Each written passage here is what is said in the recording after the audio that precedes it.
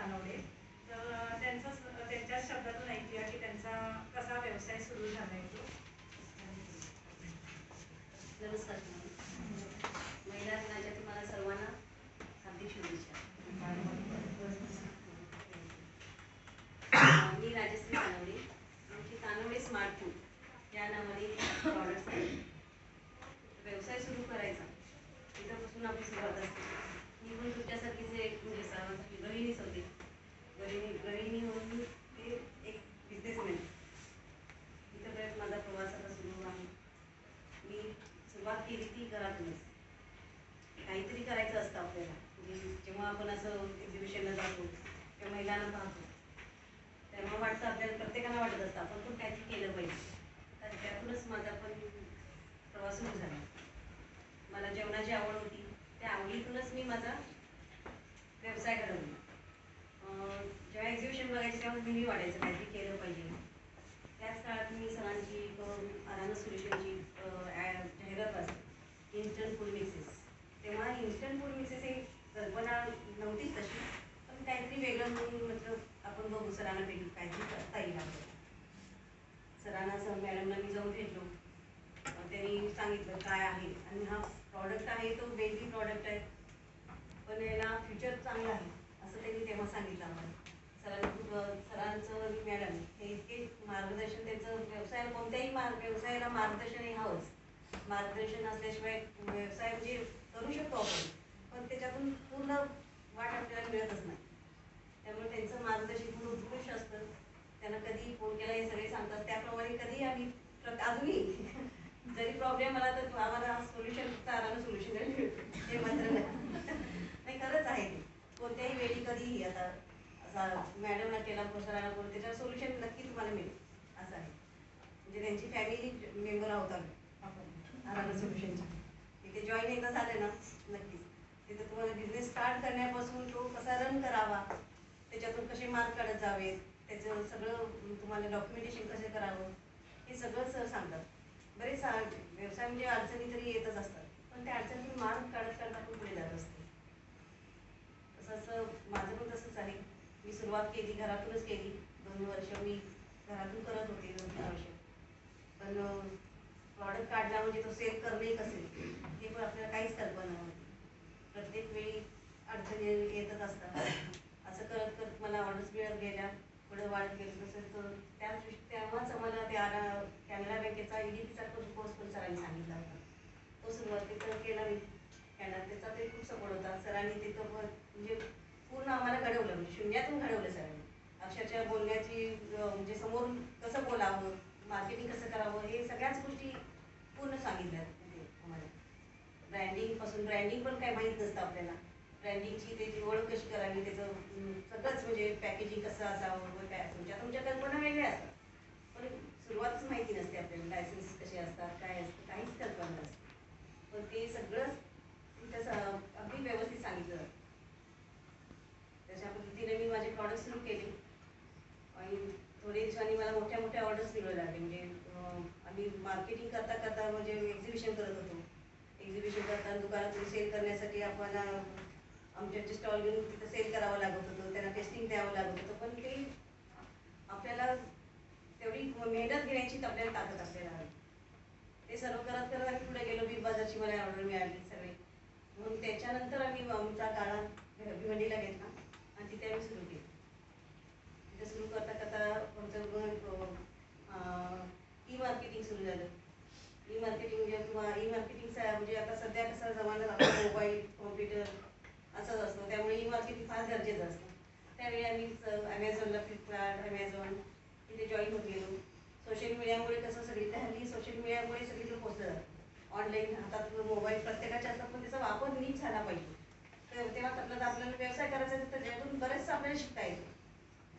म्हणजे कुठला आपल्याला आवडत असेल त्याच्यातच तुम्ही सर्च केला तर त्या सगळ्या गोष्टी आपल्याला मिळू शकतात.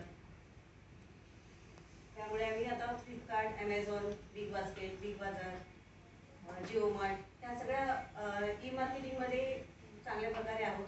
त्यामुळे पूर्ण सगळ्यांना म्हणजे पूर्ण इंडियामध्ये का जगामध्ये सगळ्यांना आमचे सगळे प्रॉडक्ट माहीत आहेत. म्हणजे सर्च केले तरी आमचे प्रॉडक्ट तुम्हाला दिसतील. त्यामुळे आता बरेच लोकांचे आम्हाला स्वतःहून कॉल येतात म्हणजे आम्हाला आता ई मार्केटमुळे ते आम्हाला विचारणा करतात की तुमच्याकडे हे प्रॉडक्ट आहेत का, हे आम्हाला बनवून देऊ शकता का, अशा पद्धतीची आता आमच्याकडे मागणी होते इथं. म्हणजे आम्हाला सुरुवातीला आपण जात होतो, पण आता ह्या 2 वर्षात म्हणजे ते स्वतःहून आमच्याकडे विचारणा करतात की आमचं मार्केटिंग म्हणजे मार्केटिंग जर स्ट्रॉंग असेल तर तुम्ही पोहोचू शकता. मार्केटिंग स्ट्रॉंग असण्यासाठी आपला प्रॉडक्ट सगळ्यांच्या पुढे पोहोचला पाहिजे. ती मार्केटची क्वालिटी आपल्याला टिकवता आली पाहिजे. मार्केटमध्ये जेव्हा आपल्या प्रॉडक्ट क्वालिटी असेल तर लोक आपल्याला पण रिपीट कस्टमर आपल्याकडे येऊ शकतात, हे मत आहे. त्यामुळे आपण कष्ट करण्याची तयारी, सातत्य ठेवणे, नवीन नवीन शिकत राहणे, काय जगात आहे त्याप्रमाणे आपण त्याचं चेंजेस करत राहणे हे गरजेचं असतं. आणि ते सर्व मार्केटच्या ह्याच्यामध्ये ओघामध्ये आपण केलं पाहिजे असं मला तरी वाटतं. बाकी आता माझे तसे मार्केटमध्ये 30 प्रकारचे इन्स्टंट मिक्सेस आहेत, म्हणजे मेथी पराठा, पालक पराठा, राईसमध्ये शिरा, पोहा, उपमा, महाराष्ट्रीयन प्रॉडक्ट आहेत आपले सगळे. थालीपीठ आहेत, उपवास थालीपीठ, साबुदाणा वडा, साबुदाणा खिचडी, असे वेगवेगळे मिक्सेस आहेत आमचे.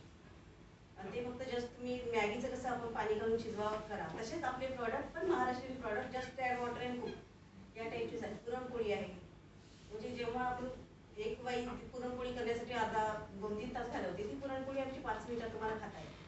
आणि ती पण विदाऊट प्रिझर्वेटिव्ह आहेत आमचे सगळे प्रॉडक्ट, हेल्दी आहेत. त्यामुळे लोक प्रेफर करतात.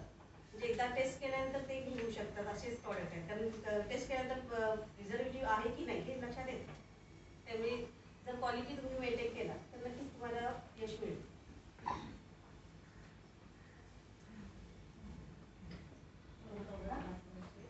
प्रॉडक्ट मी आणले, तुम्हाला तुम्ही बघू शकता. जर तुम्हाला प्रॉडक्ट म्हणजे आता व्यवसाय करायचा आहे, पण सुरुवातीला म्हणजे आपण पूर्णपणे उभं करू शकत नाही. जर कुणाला हवं असेल तर तुम्ही माझे प्रॉडक्ट घेऊन तुम्ही सेल पण करू शकता. बऱ्याच महिला आता सरांच्याकडे बऱ्याच महिला आहेत अशा की प्रॉडक्ट घेतात आणि त्यांच्या म्हणजे स्वतःच्या ब्रँडिंग पण आम्ही थोडे प्रॉडक्ट असे देतो की तुम्हाला तुमचा सगळे प्रॉडक्ट करणं शक्य नाही, पण तुमच्या लेवलनं करायचं असेल तर आम्ही थोड्या प्रमाणात तुम्हाला तुमच्या लेवलनं पण आम्ही प्रॉडक्ट देतो, किंवा आमचे प्रॉडक्ट तुम्ही ह्याच नावाने तुम्ही सेल करू शकता. ती पण ऑपॉर्च्युनिटी तुम्हाला आहे.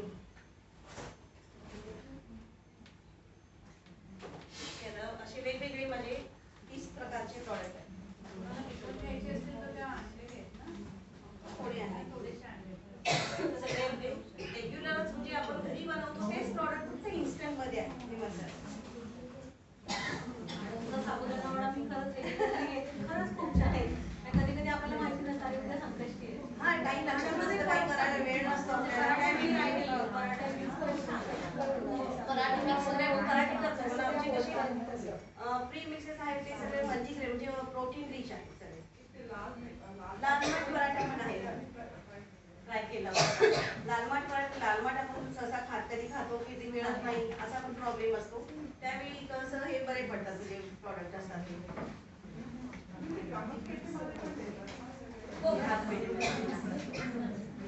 हो, हे आता माउथ पब्लिसिटीज मग आमच्याकडे तसे बरेचसे लोक येतात, म्हणजे हे प्रॉडक्ट चांगले आहेत तुम्ही आम्हाला सेल करायला द्या, किंवा बरेच प्रॉडक्ट आता फॉरेनला जाणारी मुलं वगैरे असतात, ते बरेच घेऊन जातात.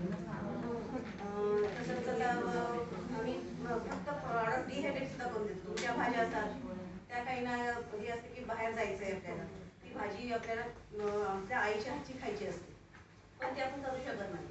अशा वेळी काही लेडीज आपल्याकडे भाज्या आणून देतात, त्या आम्ही ड्राय करून देतो. डिहायड्रेशन मेथड ही वापरून आम्ही प्रॉडक्ट केलेले. सरांनी आम्हाला डिहायड्रेशन खूप छान पद्धतीने शिकवलेलं आहे. प्रॉडक्ट कसा टिकवला जातो, पूर्वीचाच आपला सुकवाचाच पदार्थ आहे, सुकवणे हा पदार्थ, पण हे सगळे प्रॉडक्ट फक्त सुकवून व्यवस्थित केलेले आहेत, त्यामुळे ते त्याच्यात प्रिझर्वेटिव्ह नाही. सुकवल्यानंतर कोणताही प्रॉडक्ट टिकला जातो. ही मेथड सरांनी आम्हाला इतक्या छान पद्धतीने सांगितल्यामुळे भाज्या घालून किंवा कोणतेही पदार्थ असू दे ड्राय झाले तर ते टिकतात, हवा बंद असल्यामुळे ते टिकून जातात. आम्ही ऍक्च्युली EDP प्रोग्रामला असताना आम्हाला फॅक्टरी व्हिजिटला नेलेलं आहे. हो, बऱ्याच वेळा सर आणि मॅडमने विचारलं त्यांना की काय आज म्हणजे काय दाखवलं किंवा काय देतात. आमची 22 जणांची वगैरे बॅच होती तेव्हा लेडीजची. तर ह्या वेळेला वडा करूया, साबुदाणा वडा, आणि विदिन 10 मिनिट्स फटाफट सगळं मिक्स केलं आणि सगळ्यांना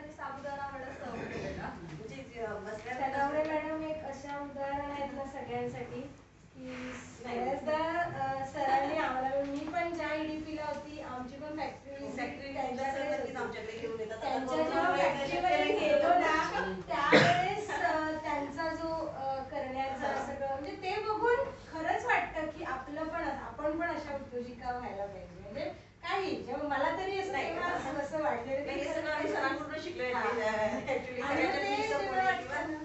की सरांकडनं मार्गदर्शन मग आणखी ग्रुप येतो एक वेगळा. सर आम्ही मिस केली आहे फॅक्टरी व्हिजिट. कोरोना प्रॉब्लेम दोन्ही मॅडम सगळ्या तुमच्या इथे आम्ही व्हिजिटला येऊ शकतो. प्रॉब्लेम नाही. आता कोरोनाच्या प्रॉब्लेममुळे सर मॅडम तुमच्याकडे घेऊन पण यांच्याकडे असं जाऊया यायचं होतं. दोन लोक पडतात एक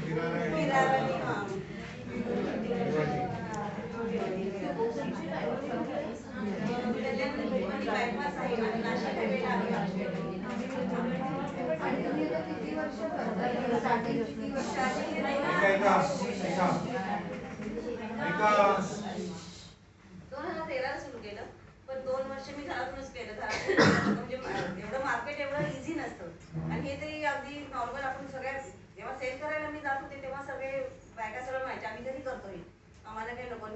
जेव्हा मार्केटमध्ये आता आपण दुकानात जरी ठेवले तर ते सहजासहजी ठेवून घेत नाही.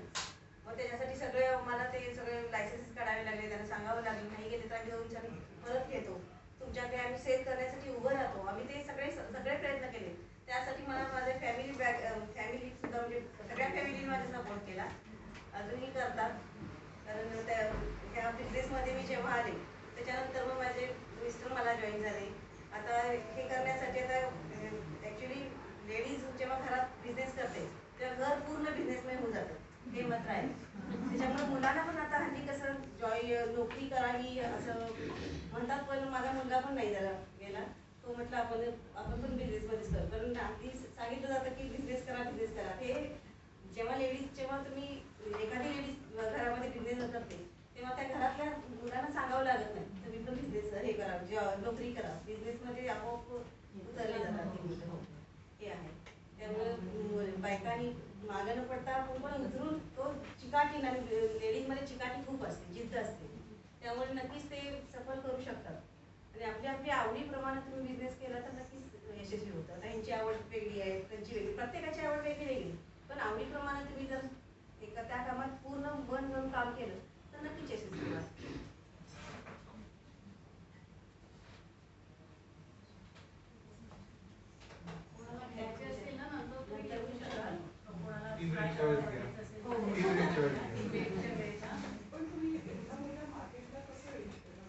मार्केटला आम्ही अगदी तळातूनच केलं. सांगते का, आम्ही मार्केटमध्ये जेव्हा जायचो तेव्हा दुकानदार सुद्धा ठेवून घेत नव्हते. पण त्यांना आम्ही सांगितलं, कन्व्हिन्स केलं की माझे स्टॉल लावत होतो आणि आम्ही स्वतः ते सेल करायला उभं राहतो. स्वतः सेल करून ते करून खायला घालत होतो. अक्षरशः आम्ही सगळं म्हणजे इंडक्शन, कढई, तेल सगळं घेऊन जाऊन करून खायला देत होतो. जेव्हा टेस्टिंग लोक करतात तेव्हा आपोआप घेत होते. अशा पद्धतीने आम्ही हळूहळू मार्केट बसवलं आणि हे मी शून्यातून केलेलं आहे. घरातूनच सुरुवात केली. मला मिस्टरांनी थोडा सपोर्ट म्हणजे सुरुवातीला फायनान्स केला, नंतर मग मी बिझनेस लोन घेतला. जेव्हा ऑर्डर्स मिळाल्या, कारण मार्केटमध्ये तुम्ही बँकेकडे गेला आणि मला लोन द्या म्हटल्यानंतर कोणीच लोन देत नाही. त्यांना पण शुअरिटी हवी असते की हे लोन तुम्ही द्याल कसं, फेडाल कसं, असं आहे ना. जेव्हा मला हे प्रॉडक्ट म्हणजे आणि युनिक सरांनी मला सांगितलं होतं, हे माझ्या लक्षात आहे की काहीतरी तुमचा प्रॉडक्ट समोरच्या व्यक्तीने का घेतला पाहिजे, काहीतरी तुमच्यात नाविन्य पाहिजे, युनिकनेस पाहिजे. म्हणून मी वेगळे प्रॉडक्ट तयार केले. आता पुरणपोळी करतो आपण, पण अशी पुरणपोळी आपण करू शकत नाही. पूर्ण रेडी ट्राय करा. ड्राय फॉर्म मध्ये पुरणपोळी आमची ड्राय फॉर्म मध्ये डिहायड्रेशन, सरांच्याकडे मशीन मिळतं डिहायड्रेशनचं. त्या डिहायड्रेशन मशीनलाच बनवलं. पुरणपोळी केलेली नाहीये, पुरण करून पुरण वेगळं आहे, कणिक वेगळं आहे. ते तुम्हाला भिजवायचं आहे, गोळे बनवून पुरणपोळी करताना मोठा प्रश्न पुरण पुरण करायचा, तो त्यांनी सॉल्व केले. तुम्ही 1-2 मिनिटात पुरण तयार होतं. पाणी पाणी टाकलं आणि प्रोडक्ट पाणी टाकलं की पुरण तयार होतं. कणिक तर आपण सगळेच म्हणतो. कणिक पण आम्ही त्याच्यामध्ये कणिक पण दिलेलं आहे.